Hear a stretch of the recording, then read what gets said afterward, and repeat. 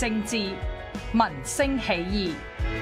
MyRadio 2015。Welcome to the second episode of Le Quart de Français.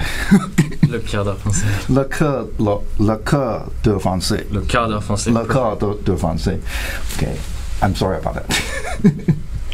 It is always difficult for me. Yeah, French is not an easy language, actually. No. So, how did you feel about last time? Did you have a good time? Did you enjoy it? Yeah, it was good. It was good. We talked about many things. So I like it.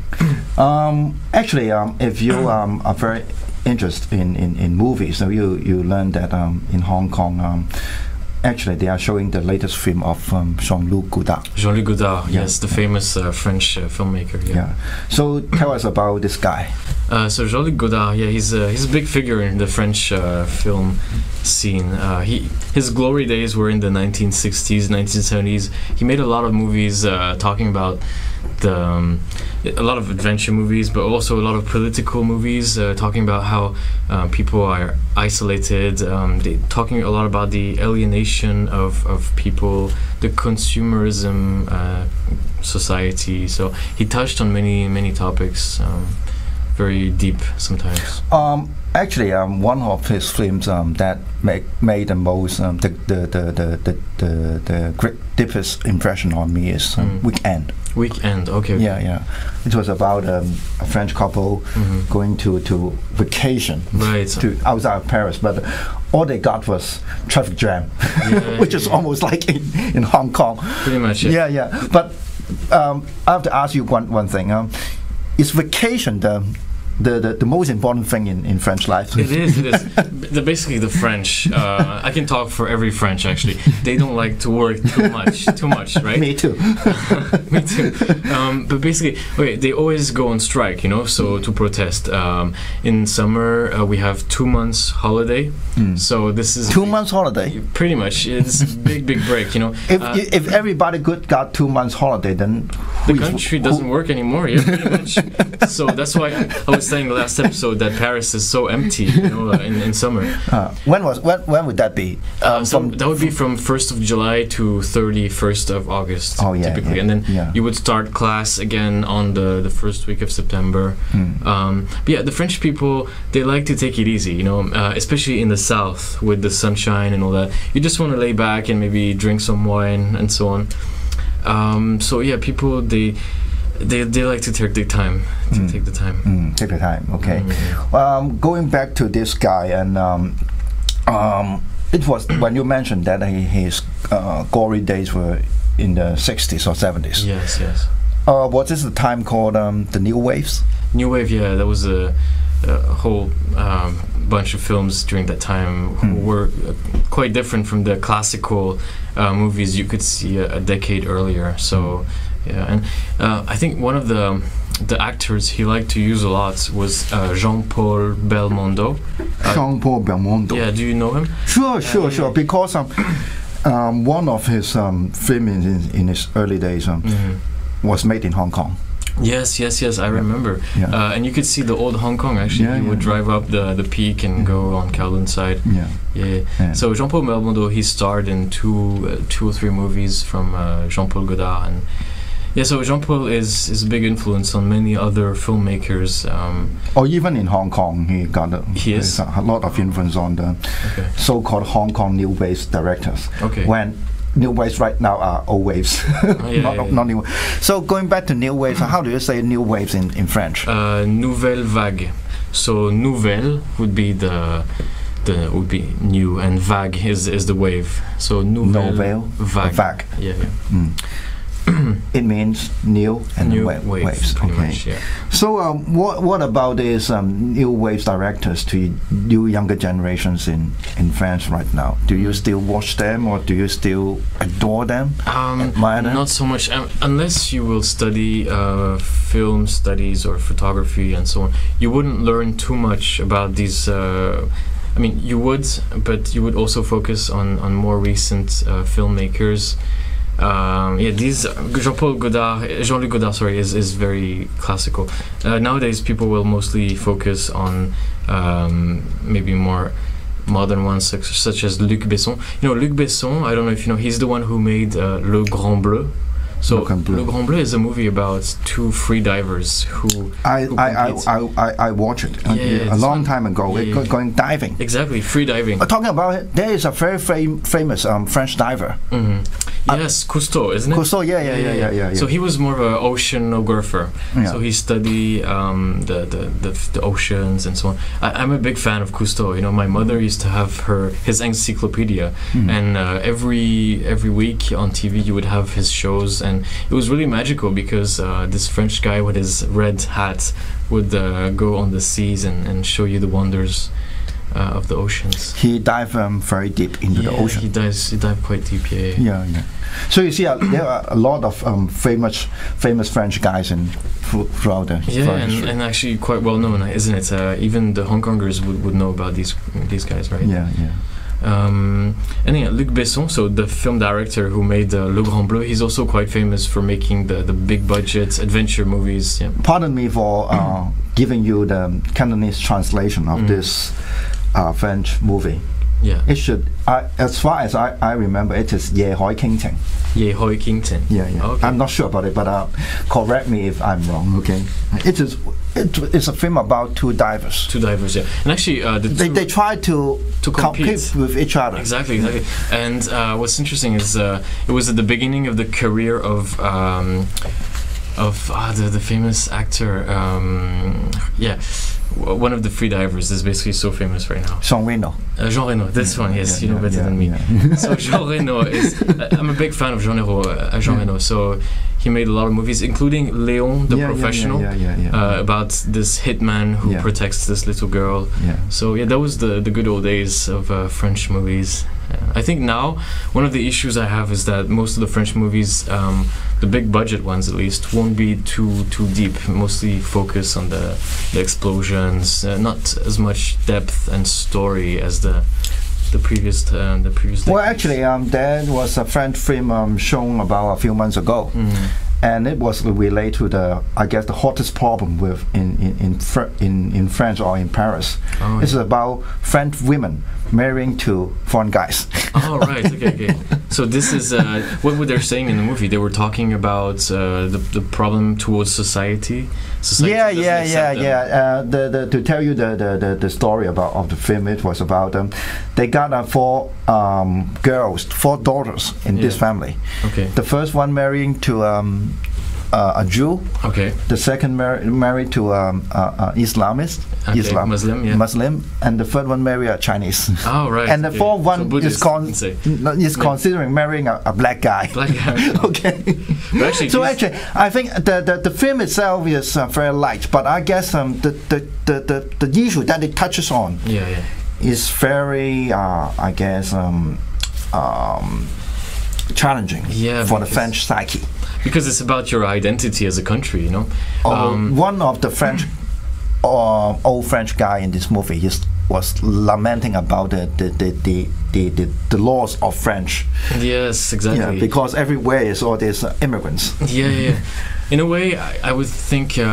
Even though people change, you retain the spirit of France. Nowadays, it's very common for couples to be from different backgrounds. You see it a lot more. Even in my family. So my grandmother was Algerian. So Algeria. Oh, really? Yeah, it was. I can't see it on your face. Maybe you cannot see too much. And her husband. Well, it's a funny story actually. Her husband was in the French military, and he was fighting the rebels in Algeria, containing the rebels. And my grandmother was one of the rebels, and finally it's like Romeo and Juliet, they fall in love. So this is multicultural. And then on my daddy's side, my grandmother was German and my grandfather was French. Even at the time it was quite multicultural, and now it's even more so. It's accepted by society. People don't look upon it too badly. Okay. So judging from your background, I guess you got a lot of interest in Camus. the French writer. Albert Camus. Yeah. He spent a lot of time in Algeria, actually. Yeah. I used to read his books when I was in high school. Because Me too. they're quite interesting and very, It's not like Shakespeare. Obviously, it's a different style of writing, but it's quite interesting. So, can we talk about French literature in the future? Sure, definitely. There's a lot to talk about, though. Maybe you need 10 episodes. So, going back to the French movies, what is the appeal? I mean, the kind of attraction that you always feel in these French movies?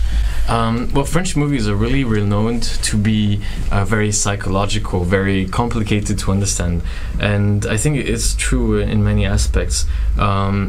The French, they like complexity, so whenever they make a movie, they won't try they will really touch upon complicated subjects. So maybe alcoholism, maybe the loss of identity, like the movie you mentioned, even though this one was lighthearted. But that's the thing, the appeal with French movies. You can really go into deep subjects. Then there's also light-hearted movies. Recently, 2008, there was an interesting movie talking about the ch'tis. So les ch'tis is basically local population in the north of France, okay, and they have a special accent that we call ch'tis. And in 2008 they made a movie called Bienvenue chez les ch'tis. Bienvenue in French means welcome, so welcome to the ch'tis. And the ch'tis were always considered a bit excluded. People didn't look upon them very kindly because the way they talk is a bit special. It doesn't sound too elegant. So basically, when they say good night, instead of saying bonsoir, they would say bonsoir. So the way you talk doesn't sound too elegant. Exactly. You make a face when you say it. If you want to say see you later, in French you would say au revoir, and for them they would say à la revoir, or I understand, je comprends. So the way they speak is not as elegant as the basic French way. So they made this movie in 2008, and it was really a big hit, a big success, one of the highest grossing films of the year, and it really helped to bridge the gap between the north, the south, and these kind of movies talk about social issues which are quite deep but with a light-hearted tone. So the French are quite good for comedy as well. But I didn't know about that. You just mentioned there are different kinds of French dialects. Yes, there are. I always thought that French is in France, or everybody speaks the perfect French. But actually there's a lot. So we have many regions. So the north and the west part is the ch'tis language, the dialect that we just mentioned. In the south of France you have l'Occitan, which is a dialect spoken in Aix-en-Provence. L'Occitan, yeah. And then when you go to Brittany, so Brittany is on the west side, is the side, the branch, the little hand poking out of France. Always rainy there, and they have their own dialect too, their own accent. So all these, France is quite diverse in the language, the dialect. And these movies are good because they help the global population in France to understand these local cultures that we may not know. But talking about that, when we are trying to learn French, yes, should we be careful about the French accents? Should we always go asking the Parisian to touch rather than the hillbilly? Basically, you're safer if you go to visit Paris. It's safer just to speak the basic French, the Parisian French, because people will understand you. But I have to say, as a tourist, so if you make an effort to say a few words in French, the people, the waiters and so on, they'll feel very happy, because usually French have a tendency to dislike maybe I wouldn't say foreigners, but they like their own country. they like, so if you make an effort to integrate yourself, they feel very happy, and then they're more likely to talk to you. Yeah. If you talk to them in English, they might feel shy, and then it's a bit like Hong Kong, you know, you talk in English to Hong Kongers, they might feel shy and don't want to reply maybe. Same for the French. So make an effort to learn a few basic words, merci, thank you, and yeah, you'll go a long way in France. Well, actually, it is the opposite impression that I got in my younger days. Oh, right. I made an effort to learn French, but then I just gave up. The reason was that people told me that if you don't speak perfect French, the French will not talk to you. Yeah, I think that was the case a few years ago, but now, you know, the French, even now, they need to learn Mandarin sometimes in high school. Yeah. They really, they understand that you need to integrate. You can't really be in your bubble. Yeah. But that was the case for many years, you know, stay in your bubble. Yeah. So yeah. Yeah. Now it's better. So how about if you feel about Cantonese? Cantonese. So I've learned a lot of words, mostly tell us what you have learned. Okay, so I know how to say to the taxi driver, Lido, Sekvan, Sekla, Guy, you know, the basics. But I think it's quite hard to learn. There's 9 or 12 tones in Cantonese. Nine tones. And yeah, the tones is the big issue. I think for me it might be easier to learn Mandarin. Yeah. But yeah, actually, ideally, I would be very happy to learn Cantonese. I see some of my friends who've lived there. I lived in Hong Kong for many years, and they speak fluent Cantonese with an accent, of course. But yeah, Cantonese is not so easy. How about I teach you Cantonese and you teach me French? Definitely, deal. Let's do this. Yeah, let's do it right now, okay? And when I say "ngoy," what is the French word for this? Merci. Merci. Merci. Merci. Yeah. It means thanks. Thanks. Yeah. Thanks. Exactly. Yeah. And how about "le homa"? Le homa, how are you? So in French, you would say "Comment vas-tu?" Comment vas-tu? Comment vas-tu? Yeah, perfect. So actually, there's two ways, either polite or friendly. So comment vas-tu is friend, and comment allez-vous? Comment allez-vous? This is a classic French. Yeah, it's the formal one. So you say to your boss, you say to someone you respect more. Yeah. Comment allez-vous? Comment allez-vous? Comment. How about another one? How about "I love you"? I love you. Okay. Okay. In French, you would say je t'aime. Je t'aime. Je t'aime. What is the perfect way of saying this in French? If you want to be very romantic, you really love the girl, you would say... No. I don't really care about that. I just want to make it romantic. Romantic, okay. You would say... je t'aime. You need to show the movement too, you know? Yeah. And maybe hold the girl's hand and then say je t'aime mon amour. So I love mon you. amour, what does it mean? Mon amour means my love, okay? 我愛你，我的愛人. Okay. Exactly. Yeah, exactly. So je t'aime mon amour. Yeah. It's about the... Let me try this. Je t'aime mon amour. Perfect. Just need the candle and maybe... And after this, we both of us go to Lan Kwai Fong and see if it works. Maybe we have to, yeah. With the French girls, you can give it a try. Okay. They'll be impressed by your French. Okay. All right.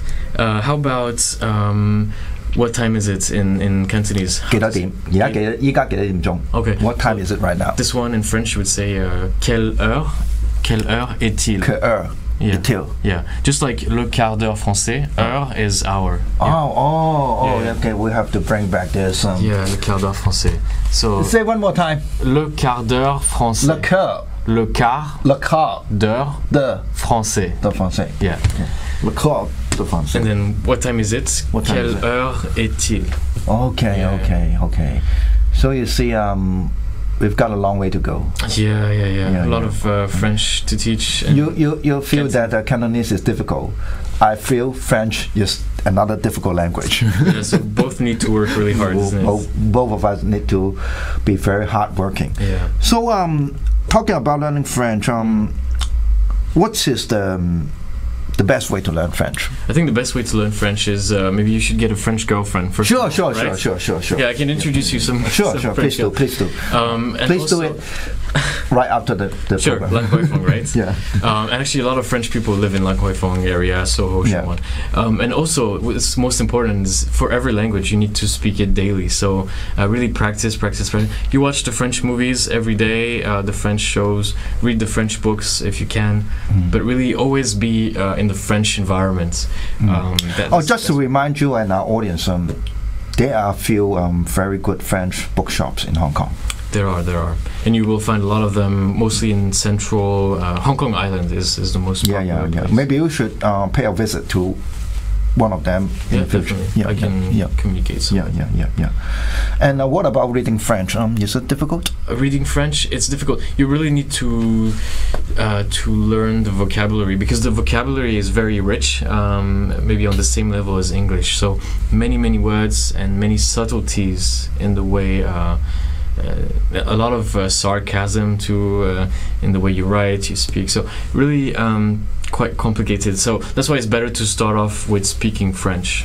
The idiomatic French. Yeah. There's a lot of idioms actually. We can talk about it next time. Very funny. Sure. French idioms. Yeah. So going back to that French word for à bientôt. À bientôt. So see you next time. Not au revoir. Au revoir. You can say au revoir, but au revoir is more closing. So if you say à bientôt, it means you want to see the people again next time. Okay. Yeah. So à bientôt. À bientôt. À bientôt. À bientôt. See you.